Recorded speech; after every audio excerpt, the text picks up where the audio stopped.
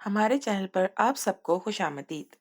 اگر آپ نے ابھی تک ہمارے چینل کو سبسکرائب نہیں کیا تو جلدی سے کر لیجئے اور بیل آئکن بٹن کو پریس کر دیجئے۔ ہر شادی شدہ جوڑے کی خواہش ہوتی ہے کہ اس کے پاس بھی اولاد ہو، ان کے گھر میں بھی رب کی رحمت اور نعمت دونوں موجود ہوں۔ لیکن اگر یہ خواہش کسی وجہ سے ادھوری رہ جائے تو عمر بھر کا روگ لگا رہتا ہے۔ اس پر مزید یہ کہ اگر آپ کا ساتھ مضبوط ہو تو کسی بھی مشکل حالات سے نبرد آزما ہو سکتے ہیں۔ میرے نصیب میں تو ہر جانب سے محرومی لکھی تھی۔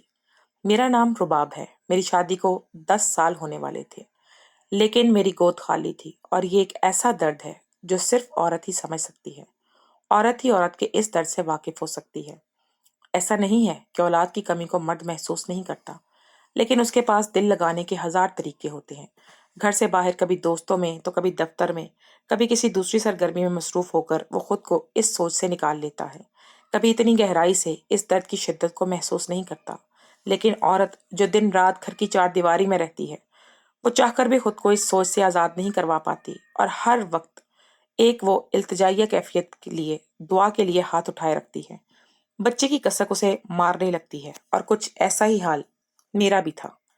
سال پر سال گزرتے جا رہے تھے اور میں نفسیاتی پن کا شکار ہو رہی تھی، ذہنی مریضہ بنتی جا رہی تھی، میری حالت بگڑتی جا رہی تھی۔ دل بہلانے کو گھر سے باہر نکلتی، کسی رشتہ دار کی طرف جاتی یا پھر کسی دعوت میں، تو وہاں پر بھی ایک ہی سوال ہوتا: ارے رباب، اب تو 10 سال ہونے والے ہیں، خوشخبری کب سناؤ گی؟ اور یہ سوال میرے جگر میں کھنجر کی طرح پیوست ہو جاتا۔ لوگوں کے اتنے سوال میرے لیے تکلیف کا باعث بنتے اور میں لہو کے خون پی کر رہ جاتی تھی۔ اور پھر اللہ کا کرنا ایسا ہوا کہ میرے شوہر کو 2 ہفتے کے لیے دفتر والے دوسرے شہر بھیجنے لگے، تو میں بھی سامان باندھ کر اپنے گھر چلی آئی اور فی الوقت میکے میں رہنے کا ہی ارادہ کیا۔ میری بھابھی کو جب پتا چلا کہ میں 2 ہفتے کے لیے آئی ہوں تو ان کے مزاج بگڑ گئے، ان کو سخت برا لگا۔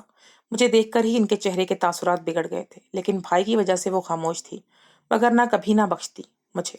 اور پھر ایک دم ہی انہوں نے ایسی بات کہہ دی کہ میرا دل چھلنی ہو گیا۔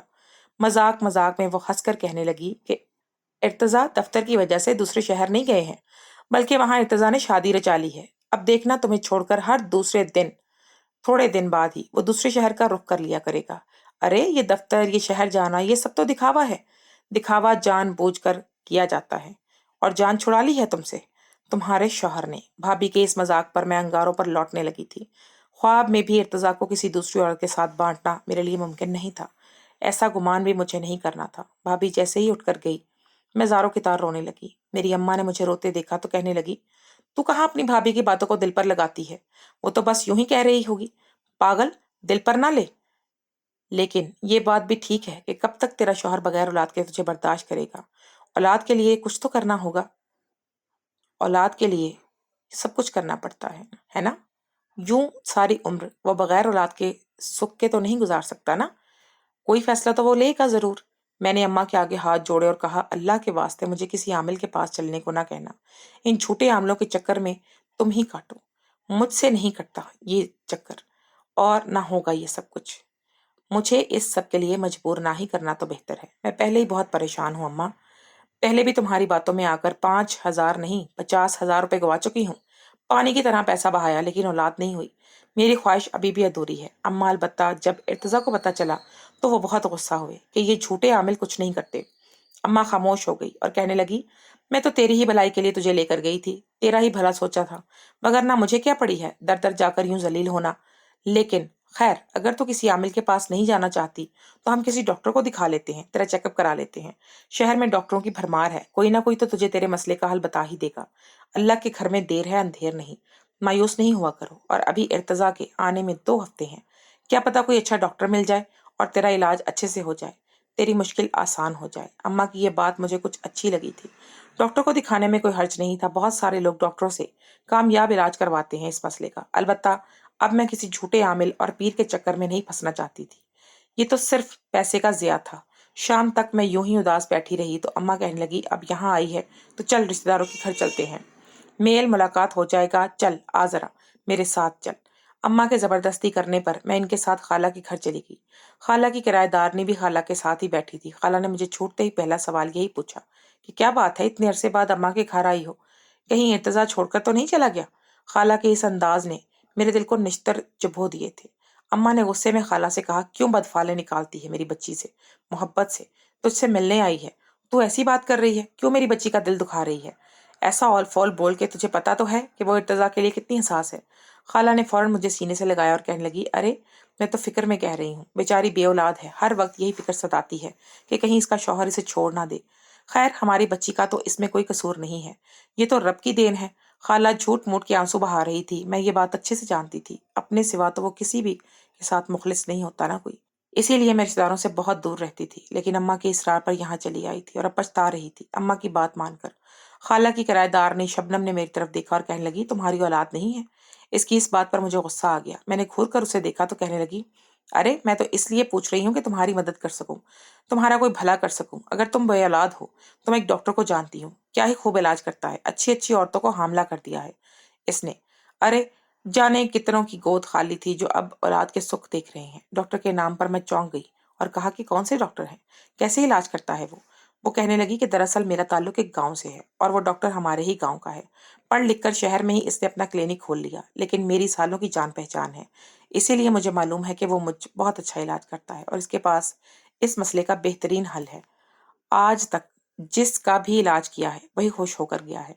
शबनम की बात सुनते ही मैंने कहा, अगर ऐसी बात है तो मैं भी इलाज करवाना चाहती हूँ, तो मुझे पता दे दो। वो कहने लगी, नहीं, अगर मेरे साथ चलोगी तो फायदे में रहोगी, फीस भी कम लेगा और मेरी जान पहचान की वजह से जल्द इलाज भी कर देगा, वरना इसके पास तो बड़ा ही रश होता है, दूर दूर से औरतें आती हैं, तुम्हारा नंबर आते आते तो 2 हफ्ते हो जाएंगे।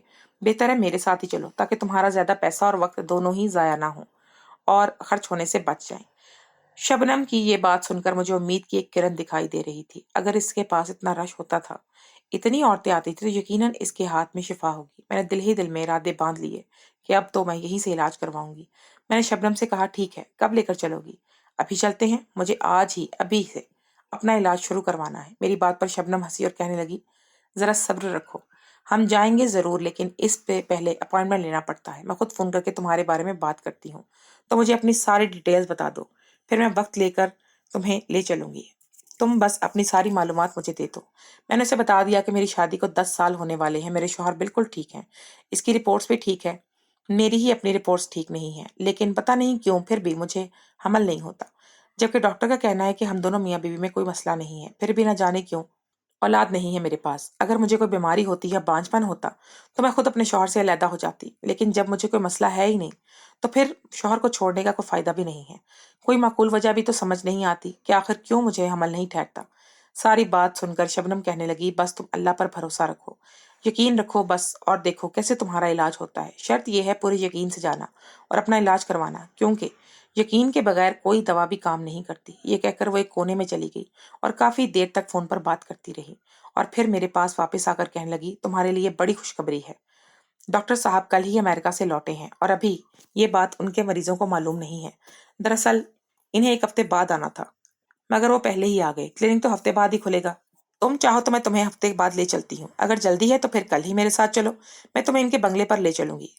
तो मुझे सोचकर बता देना। हफ्ते बाद का सुनकर मैं कुछ परेशान हो गई, क्योंकि 2 हफ्ते बाद तो इर्तिजा को लौट कर आना था और फिर मेरे लिए दोबारा अम्मा के घर आना और इलाज करवाना मुमकिन ना होता, क्योंकि इर्तिजा ने साफ लफ्जों में कह दिया था कि अब किसी डॉक्टर या पीर बाबे के पास जाने की कोई जरूरत नहीं है, ना ही इलाज मुआवजे के लिए कहीं किसी का रुख करना। मुझे इनके आने से पहले ही इलाज करवाना था, इसलिए मैंने शबनम से कह दिया कि तुम मुझे कल ही लेकर चलो, इलाज ही तो करवाना है, क्लिनिक पर हो या बंगले पर क्या फर्क पड़ता है, बस कल ही चलते हैं फिर। शबनम फौरन राजी हो गई और कहने लगी, ये तो नेकी का काम है, मैं क्यों मना करूंगी, बस तुम मेरे साथ चली चलना, हम दोनों यूं जाएंगे यूं आ जाएंगे, देखना तुम्हारा काम बन जाएगा, तुम्हारी सारी परेशानी दूर हो जाएगी। मैं खाला के घर उदास गई थी, लेकिन वापसी पर बड़ी खुश थी। मुझे ऐसा लग रहा था मेरा बहुत बड़ा मसला हल हो गया है। अम्मा को भी मेरे डॉक्टर के पास जाने पर कोई एतराज नहीं था। अम्मा भी तो यहाँ आने से पहले इस मशवरे से नवाजा था मुझे, तो फिर इन्हें क्यों कोई एतराज हो सकता था। सारी रात मैं ख्वाब भी खुद को हामला देखती रही और जब सुबह उठी तो 11 बजे के करीब ही शबनम हमारे घर पहुंच गई। भाभी ने उसे देखा तो कहने लगी, ये कौन औरत है, कहाँ जा रही हो तुम लोग भी भाभी को वक्त से पहले कुछ ना बताना चाहती थी, इसलिए मैंने कह दिया कि मेरी सहेली है और हम बाजार जा रहे हैं खरीदारी करने के लिए। भाभी ने शक की नजरों से मुझे देखा था, मगर मैं इनके किसी और सवाल का इंतजार किए बगैर घर से बाहर निकल आई। हम दोनों रिक्शे में बैठे और फिर शबनम ने रिक्शे वाले को एक पता समझा दिया। शहर से काफी आगे निकलकर एक नई आबादी बनी थी, वहीं ये बंगला भी था। हम दोनों बंगले के आगे उतरे, किराया अदा किया, शबनम मेरा हाथ पकड़कर अंदर ले गई। मैं खुशी और परेशानी की अजीब कैफियत में गुजर रही थी। गार्ड ने हमें अंदर जाने का नहीं रोका था, एक नौकर ने हमें ड्राइंग रूम में बिठा दिया तो मैं ये आलीशान बंगला देखकर ही हैरान रह गई थी। इतना खूबसूरत बंगला, लगता था कोई बहुत बड़ा काबिल डॉक्टर है, जब तो इतना पैसे वाला था। फिर अमेरिका से भी तो लौटा था, यकीनन इसके पास बहुत तजर्बा भी होगा, ऐसा तरीका जानता होगा जो मुजर्रब नुस्खा किसी और डॉक्टर के पास ना हो। मैं यही सब सोच रही थी कि कुछ ही देर बाद चश्मा लगाए एक बारोब सा आदमी अंदर दाखिल हुआ। उसे देखते ही शबनम खड़ी हो गई और अदब से सलाम किया। तो मुझे समझ आ गई कि यही डॉक्टर है वो, जिसकी खातिर हम यहाँ तक आए हैं, जिसका शबनम ने तस्करा किया था। इसने शबनम को बड़ा मुस्कुराकर सलाम का जवाब दिया और हमारे सामने ही बैठ गया। इसकी नज़र मुझ पर थी और वो फिर मेरी शादीशुदा ज़िंदगी के हवाले से सवाल जवाब करने लगा। मैंने आहिस्ता आहिस्ता उसे सब कुछ बता दिया कि कितने साल हो गए शादी को, रिपोर्ट्स का बताया कि ठीक है, गर्ज के हर बात ही उसके गोशगुजार कर दी। वो सारी रिपोर्ट्स भी दिखाई जो मैं साथ लेकर आई थी। कुछ देर सोचने के बाद उसने एक पर्चे पर कुछ दवाइयाँ लिखी और कहने लगा कि आपको कोई बीमारी तो नहीं है, क्योंकि आप जो रिपोर्ट्स लेकर आई हैं इसमें साफ जाहिर है कि आप और आपका शौहर बिल्कुल ठीक है और अब तो माशाल्लाह बहुत ही सेहतमंद है। अगर सही तरीके से कोशिश की जाए तो आप हमला हो सकती हैं, आपके यहाँ औलाद हो जाएगी। डॉक्टर की बात सुनकर मैं चौंक गई और हैरत से उसकी तरफ देखा, क्योंकि मैं समझ नहीं पाई थी कि ये सही तरीका से कोशिश करना का क्या मतलब है। वो मुस्कुराया और कहने लगा कि मेरा मतलब है अगर आपका इलाज बिल्कुल ठीक तरह से हो तो आप जल्द ही हमला हो जाएंगी। ये सुनकर मैं खुश हुई और उसने मुझे सब्र करने का नहीं कहा था, बल्कि इलाज बता रहा था। वो डॉक्टर कुछ सोच कर कहने लगा, बीबी कुछ इलाज दवाओं से नहीं होते हैं, कुछ दुआओं से होते हैं और कुछ इलाज हिकमत से भी किए जाते हैं। आपका इलाज दवा से नहीं बल्कि हिकमत से होगा, क्योंकि आपको दवा की इतनी ज्यादा जरूरत नहीं है जितनी हिकमत की। अमेरिका में ऐसे बहुत सारे केसेस होते हैं जहां मियाँ बीवी दोनों ही ठीक होते हैं लेकिन फिर भी बेऔलाद होते हैं। तब हम वहाँ यही तरीका इस्तेमाल करते हैं जो मैं आपको बताने जा रहा हूँ। अब अगर आप वाकई औलाद चाहती हैं तो आपको भी यही तरीका इस्तेमाल करना होगा। ये कोई नया तरीका नहीं है और ना ही मेरा इजाद करदा है, बल्कि सालों से बाहर मुल्कों में ऐसा ही होता चला आ रहा है। और ये तरीका है जो हर किस्म के इलाज से बढ़कर है। लेकिन मैं हर किसी को ये तरीका नहीं बताता, क्योंकि यहाँ के लोग छोटी छोटी बात पर हंगामा खड़ा कर देते हैं और बात को ठीक तरह से समझ नहीं पाते। लेकिन आप शबनम के साथ आई हैं, इसलिए मैं खसूसी तौर पर आपको ये बात बता रहा हूँ। आप इलाज करवाना या ना करवाना ये आपकी मर्जी है, मैं कुछ नहीं कहूँगा। आप अपने लिए जो फैसला लेंगी वो बता दीजिएगा। मैं जो पिछले 10 सालों से औलाद के लिए तड़प रही थी, इस डॉक्टर की बात सुनकर मैंने कहा कि आप जो कहेंगे मैं करने को तैयार हूँ। मैंने आज तक पानी की तरह पैसा बहाया है, हर तरह का टेस्ट, हर तरह का इलाज करवाया है, लेकिन फिर भी कोई फायदा नहीं हुआ। मैं किसी भी हद से गुजरने को तैयार हूँ, बस मुझे औलाद चाहिए, हर सूरत औलाद जैसी खुशी चाहिए। मैं अपने शौहर से अलग नहीं होना चाहती। मुझे डर लगता है कि कहीं मेरा शौहर मुझे छोड़कर दूसरी शादी ना कर ले। मेरी बात सुनकर डॉक्टर ने एक ऐसा तरीका बताया जिसे सुनकर मेरे रोंगटे खड़े हो गए और मुझे यकीन ही नहीं आया कि ऐसा भी कोई तरीका हो सकता है क्या। मेरे चेहरे की बदलती रंगत देखकर डॉक्टर कहने लगा, मैं आपके साथ कोई जोर जबरदस्ती नहीं कर रहा हूँ, मैंने आपको सिर्फ इलाज का तरीका बताया है। करवाना या ना करवाना आपकी मर्जी है, आप सोच लें आपको क्या करना है, लेकिन याद रखिएगा कि औलाद की खातिर औरत को बहुत कुछ करना पड़ता है, नहीं तो इसका घर और जिंदगी सब कुछ बर्बाद हो जाता है और पूरी जिंदगी फिर वो तनहा लोगों के दर की खाक छानती फिरती है। वो डॉक्टर बहुत ही पढ़ा लिखा और काबिल लग रहा था और जिस ही अंदाज में वो बात कर रहा था मुझे उसकी हर बात समझ आ रही थी। लेकिन इलाज का वो तरीका जो उसने मुझे बताया था वो मेरे लिए इंतहाई अजीब सा था और ऐसे तरीके को अपनाना भी बहुत मुश्किल था। मैं सोच में पड़ गई थी। वो डॉक्टर कहने लगा कि आप एक दिन में सोच कर शबनम को जवाब दे दीजिएगा, क्योंकि वो 2 दिन बाद मुझे अपने गाँव जाना है। मैंने एक हफ्ते के लिए क्लिनिक बंद किया था, तो अब मैं चाह रहा हूँ कि इन छुट्टियों से फायदा उठा लूँ। ये कहकर वो वापस अंदर चला गया और मुलाजमा ने शरबत लाकर मेरे और शबनम के आगे रख दिया। शबनम ने तो शरबत 2 घूंट में ही खत्म कर लिया। अलबत्ता मैं सोचों में उलझी हुई थी, कोई माकूल फैसला नहीं ले पा रही थी। मैंने शरबत पिया और शबनम के साथ फिर बाहर निकल आई। शबनम ने मुझे देखा और कहने लगी, मैं अपने घर के सारे काम छोड़कर तुम्हारी खातिर यहाँ आई हूँ, ताकि तुम्हारी गोद भर जाए। अब तुम सोच समझकर फैसला करो, तुम्हें क्या करना है। यकीनन तुम अपने हक में कोई अच्छा फैसला ही करोगी। मैंने परेशानी से कहा कि क्या फैसला करूं, मुझे तो समझ ही नहीं आ रहा। डॉक्टर साहब तो बहुत ही अच्छे और काबिल लग रहे हैं, लेकिन ये एक ऐसा तरीका है, मैंने आज से पहले कभी ऐसा कुछ नहीं सुना और मैं अम्मा को बताऊंगी तो शायद वो भी इनकार कर देंगी, क्योंकि ये तरीका ही ऐसा है। मेरी बात सुनकर शबनम हंसी और कहने लगी, जब तुम्हारी सास तुम्हें ताने मारती है तो क्या इन्हें सुनने के लिए तुम्हारी माँ आती है? नहीं ना, तुम अकेले ही सब कुछ बर्दाश्त करती हो ना, तो फिर अम्मा को इतना कुछ बताने की क्या जरूरत है। रहने देना, इनसे ऐसी किसी बात का जिक्र भी ना करना। अगर तुम इलाज करवाना चाहती हो तो अपनी अम्मा से कोई भी झूठा बहाना कर दो और इलाज के लिए मेरे साथ चलो। मैं तुम्हें खुद अपने साथ लेकर जाऊंगी और तुम्हारा इलाज करवाऊंगी। शबनम की बात सुनकर मैं सोच में पड़ गई और कहा कि मैं फैसला करके तुम्हें फोन करूंगी, और अपने घर चली गई। मैं अपने घर आ गई। अम्मा ने मुझे देखा तो कहने लगी, बताओ कैसा डॉक्टर था, क्या कह रहा था? मैंने अम्मा से कहा कि डॉक्टर का इलाज का तरीका छुपा लिया और अम्मा को बताया कि डॉक्टर मुझे एडमिट करके कुछ इंजेक्शन वगैरह लगाना चाहता है। ابھی میں نے فیصلہ نہیں کیا کہ مجھے علاج کروانا ہے یا کیا کرنا ہے۔ یا پھر اماں کی کہنے لگی، جہاں تو نے دنیا جہان کا علاج کروایا ہے وہیں اس کو بھی آزما لے۔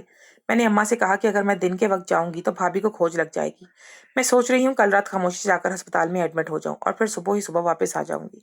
شبنم کو ساتھ لے کر جاؤں گی۔ میری بات سن کر اماں نے کہا، اس میں کوئی حرج نہیں ہے، چلی جا کر کروا لے علاج، علاج کے لیے ہی تو جانا ہے، اس میں حرج نہیں۔ ساری بات میں نے اماں سے چھپا لی تھی اور گھما پھرا کر ان سے ایسی بات کہی تھی کہ میرے لیے رات کو نکلنا بھی آسان ہو گیا تھا، لیکن ابھی تک میں فائنل فیصلہ نہیں کر پائی تھی کہ مجھے علاج کروانا ہے یا نہیں، اور میں بہت زیادہ الجھی ہوئی تھی کہ جب بھی کچھ ایسا ہوا کہ میرے لیے فیصلہ کرنا آسان ہو گیا۔ میرے شوہر ارتضیٰ کا فون آیا تھا۔ میں ان سے بات کر رہی تھی کہ ارتضیٰ کے پیچھے کسی کی لڑکی کی آواز سنائی دی اور وہ بہت اپنائیت سے ارتضیٰ کو پکار رہی تھی اور ان سے کھانے کا پوچھ رہی تھی۔ یہ سن کر میرے رونگٹے کھڑے ہو گئے اور میں نے ارتضیٰ سے پوچھا کہ یہ کون ہے جو آپ کے کھانے کے لیے بلا رہی ہے، اس سے باتیں کر رہی ہیں؟ اتنی بے تکلفی سے ارتضیٰ کہنے لگے، آفس کی کولیگ ہے، یہ بھی میرے ساتھ ہی میٹنگ کے لیے آئی ہے، ہم ایک ہی ہوٹل میں رکے ہوئے ہیں، اسی لیے وہ کھانے کا پوچھ رہی ہے۔ یہ سن کر میرے تن بدن میں آگ لگ گئی۔ ارتضیٰ نے جانے سے پہلے مجھے ایسا کچھ نہیں بتایا تھا کہ ان کے ساتھ کوئی لڑکی بھی جا رہی ہے۔ انہوں نے تو ایسا کوئی بھی ذکر نہیں کیا تھا مجھ سے۔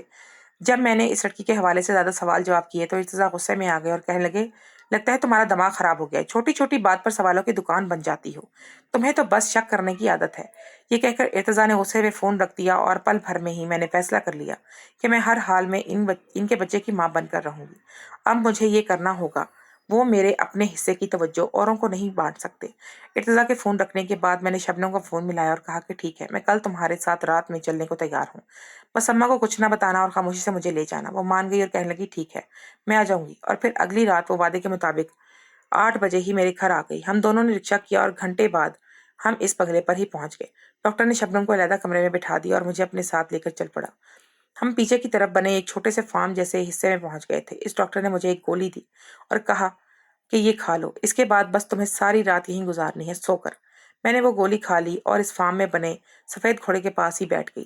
میں نہیں جانتی تھی کہ آگے کیا ہوگا۔ ڈاکٹر نے بس یہی بتایا تھا کہ امریکہ میں حاملہ ہونے کے لیے عورتوں کو اعلیٰ عربی نسل کے سفید گھوڑے کے ساتھ سلایا جاتا ہے اور گھوڑے کے ساتھ رات گزارنے پر عورت کے اندر خود بخود ایسے جراثیم پیدا ہو جاتے ہیں جس سے وہ حاملہ جلد سے جلد ہو جاتی ہے۔ مجھے بھی زیادہ کچھ نہیں کرنا تھا، بس اس سفید گھوڑے کے ساتھ ایک رات سونا تھا۔ سننے میں یہ بات بہت عجیب تھی، لیکن سائنس بہت ترقی کر چکی ہے اور ایسے بہت سے جراثیم وغیرہ کے بارے میں بہت سی معلومات حاصل ہو گئی ہیں جس سے بڑی بیماری کا علاج کیا جا سکتا ہے۔ ڈاکٹر نے یہی بتایا تھا کہ یہ بھی ایک ایسی ہی سائنسی دریافت ہے۔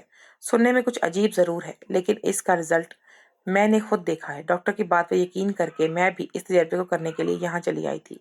یہ آخری حربہ تھا جو اولاد کے حصول کے لیے میں آزما رہی تھی۔ مجھے یہاں بیٹھے کچھ ہی دیر گزری تھی کہ میری آنکھ لگ گئی اور مجھے پتہ ہی نہ چلا میں کب سوئی، اور جب میری آنکھ کھلی تو صبح کا سورج میرے سر پر تھا۔ میں اپنی جگہ پر لیٹی ہوئی تھی جہاں میں رات کو تھی، لیکن میرا حلیہ پچ پکڑا ہوا تھا، میرے کپڑے میرے وجود سے ڈھلکے ہوئے تھے۔ میں گھبرا کر اٹھ بیٹھی، اپنے آپ کو درست کیا اور یہاں وہاں دیکھنے لگی۔ کچھ ہی دیر میں مجھے وہاں ڈاکٹر آتا دکھائی دیا۔ مجھے دیکھ کر کہنے لگا کہ مبارک ہو، آپ نے خیریت سے رات گزار لی ہے، اب آپ جلد ہی حاملہ ہو جائیں گی۔ میں نے حیرت سے ڈاکٹر کو دیکھا اور پوچھا کہ کیا بس ایسے ہی رات گزارنی تھی، اسی طرح میں حاملہ ہو جاؤں گی؟ وہ ہنسا اور کہنے لگا، ہاں بالکل، اتنی سی آسان سی بات تھی، لیکن ہمارے لوگ اس بات کو سمجھتے نہیں، اسی لیے میں ہر کسی کو علاج کا یہ طریقہ نہیں بتاتا۔ لوگ مجھے ہی غلط سمجھ بیٹھتے ہیں۔ آپ کو تو پتہ ہے لوگ اپنی زبانیں بند نہیں کرتے۔ جو عورتیں بہت ہی خاص ہوتی ہیں، آپ جیسی خوبصورت اور محبت کرنے والی ہوتی ہیں، میں انہی کی مدد کرتا ہوں تاکہ وہ اپنی شادی شدہ زندگی میں خوش رہ سکیں۔ ڈاکٹر نے مجھ سے اس کام کے 10,000 روپے لیے تھے کیونکہ وہ عربی گھوڑا اس نے خاص میرے لیے منگوایا تھا۔ وہ کہنے لگا کہ میں آپ سے اپنی فیس نہیں لوں گا کیونکہ آپ شبنم کے ساتھ آئی ہیں۔ اب آپ کا علاج مکمل ہو چکا ہے، آپ خوشخبری کا انتظار کریں۔ میں خوشی خوشی گھر واپس لوٹ آئی۔ یہ تو بہت آسان سا علاج تھا، نہ ہی مجھے بہت ساری دوائیں کھانی پڑی تھی اور نہ ہی بہت سارے ٹیسٹ کروانے پڑے تھے۔ 10,000 روپے کا خرچہ آیا تھا اور میرا علاج بھی ہو گیا تھا۔ 2 ہفتے گزرے اور ارتضیٰ بھی لوٹ آیا۔ میں اس کے ساتھ گھر چلی گئی اور مزید 2 ہفتے گزرے۔ میری طبیعت خراب ہوئی اور چیک اپ کروانے پر پتہ چلا کہ میں حاملہ ہوں تو میری خوشی کی انتہا نہ رہی۔ میں اکیلی ہسپتال گئی تھی، اس لیے جب حاملہ ہونے کی خوشخبری ملی تو میں نے فوراً ارتضیٰ کو فون لگایا اور اسے بتایا کہ میں حاملہ ہوں۔ میری بات سن کر پہلے تو اسے یقین نہ آیا، اور پھر جب میں نے اسے یقین دلایا کہ واقعی میں حاملہ ہوں اور شادی کے 10 سال بعد ہم ماں باپ بننے جا رہے ہیں، تو ارتضیٰ نے فون پر ایک ایسی بات کہی کہ میرے قدموں تلے سے زمین نکل گئی۔ میں مزید کھڑی نہ رہ سکی۔ ارتضیٰ نے مجھے طلاق کے 3 لفظ کہہ سنائے تھے۔ یہ لفظ تھے وہ جنہوں نے میری زندگی اجاڑ کر رکھ دی تھی۔ میں سمجھ ہی نہیں پائی تھی کہ کیا ہوا ہے۔ مجھے تو لگا تھا کہ ارتضیٰ خوشی سے مجھے سینے سے لگائیں گے، مجھے محبت سے مبارکباد دیں گے، लेकिन उन्होंने तो मेरे दामन पर तलाक का धब्बा लगा दिया था, मुझे छोड़ दिया था। मैंने रोते हुए इर्तिजा से पूछा कि आप ये क्या कह रहे हैं, मेरा क्या गुनाह है? मैं तो आपको इस दुनिया की सबसे बड़ी खुशी देने जा रही थी और आपने मुझे ही अपनी जिंदगी से निकाल दिया। मेरी बात सुनकर इर्तिजा ने मुझे एक ऐसा इंकिशाफ सुनाया कि मेरी रूह तक लरस गई। वो कहने लगे, मैं एक नामर्द हूँ और कभी बाप नहीं बन सकता। मुझे इर्तिजा की बात पे यकीन नहीं आ रहा था। वो मुझे कैसे इतना बड़ा धोखा दे सकते थे? पिछले 10 सालों से दिन रात मैं इस दुनिया के ताने बर्दाश्त कर रही थी, इनकी माँ की बातें सुन रही थी, लोगों के तंज के निश्तर बर्दाश्त कर रही थी, लेकिन उन्होंने कभी ये नहीं कहा कि कमी मुझ में नहीं उनमें है। लेकिन इनकी रिपोर्ट्स जो मेरे पास थी वो बिल्कुल ठीक थी। इर्तिजा कहने लगी कि मैंने जाली रिपोर्ट्स बनवाई थी ताकि मेरे किरदार पर धब्बा ना आए, लेकिन तुमने मेरे पीछे न जाने किसके साथ मुंह काला किया है और इसका नतीजा आज सामने है। अब तुम्हारा मेरा कोई ताल्लुक नहीं है। ये कहकर इर्तिजा ने फोन बंद कर दिया और मुझे लगा मेरे सर पर सातों आसमान गिर पड़े। मैंने अपना सामान समेटा और वापस अपने मैके पहुंची तो मेरी अम्मा हक्का बक्का रह गई और फिर मैंने रोते हुए इन्हें सारी बात बता दी। तो अम्मा कहने लगी, अगर तो इर्तिजा के बच्चे की माँ नहीं बनने वाली तो फिर ये बच्चा किसका है? मुझे खुद नहीं मालूम था। मैंने परेशानी से अम्मा को देखा। इतने में भाई भाभी भी आ गए और कुछ ही देर में उन्हें भी सारी बात पता चल गई। भाभी ने तो खूब शोर शराबा किया था, अलबत्ता सारी बात सुनकर भाई ने सर पकड़ लिया था और कहने लगे, पता नहीं वो शबनम कौन है। वो तुम्हें डॉक्टर के नाम पर किसी के पास ले गई थी और तुमने भी इलाज के नाम पर क्या खूब ही काम किया। तुम्हारी अकल पर पत्थर पड़ गए थे क्या? यकीनन वो डॉक्टर को ही फ्रॉड था। ये कहकर भाई ने अपने ऐसे जो दोस्त से राब्ता किया और उसे सारी बात बताई और फिर कार्रवाई पर वो डॉक्टर और शबनम दोनों ही पकड़े गए। थोड़ी सी तफ्तीश और सख्ती के बाद इन दोनों ने इतराफ किया। इन्होंने बताया कि वो दोनों मिलकर इसी तरह ऐसी औरतों को फंसाते हैं जो बेऔलाद होती हैं और उनकी कमजोरी का फायदा उठाकर उन्हें इस बंगले पर ले जाते हैं और फिर इनको एक गोली खिलाकर इन्हें बेहोश कर देते हैं। इसके बाद वो डॉक्टर ना सिर्फ बदकारी करता बल्कि औरतों की वीडियो बनाकर उन्हें डार्क वेबसाइट पर भी फरोख्त करता है। मेरे दोनों मुजरिम पकड़े गए थे और अब मेरे हमल को आज 7वां महीना लग चुका है। हर आने वाले दिन में एक अजियत पर गुजारती हूँ और मैं इस बच्चे को किस तरह पालूंगी, पोसूंगी, कैसे इस दुनिया की नज़र में इज्जत दिलवा पाऊंगी। अब तो लोग मेरे हक में दुआ करें और मैं औरतों से इल्तिजा करती हूँ कि औलाद के नाम पर ऐसे लुटेरों से महफूज रहें। औलाद के लिए सिर्फ अल्लाह से ही दुआ करें। अल्लाह ही बंदे की दुआ कबूल करता है, उसको नवाजता है। जब उसकी तरफ से कुन कहा जाएगा तो सब मुमकिन हो जाएगा। इन फ्राडियों से खुद को महफूज रखें जो कि इलाज के नाम पर औरतों से खिलवाड़ करते हैं, दुनियावी गर्ज और हवस को पूरी करने के लिए बेचारी मजबूर औरतों को निशाना बनाते हैं और इतने घिनौने किरदार रखते हैं कि देखकर इंसान कानों को हाथ लगाते ही रह जाता है।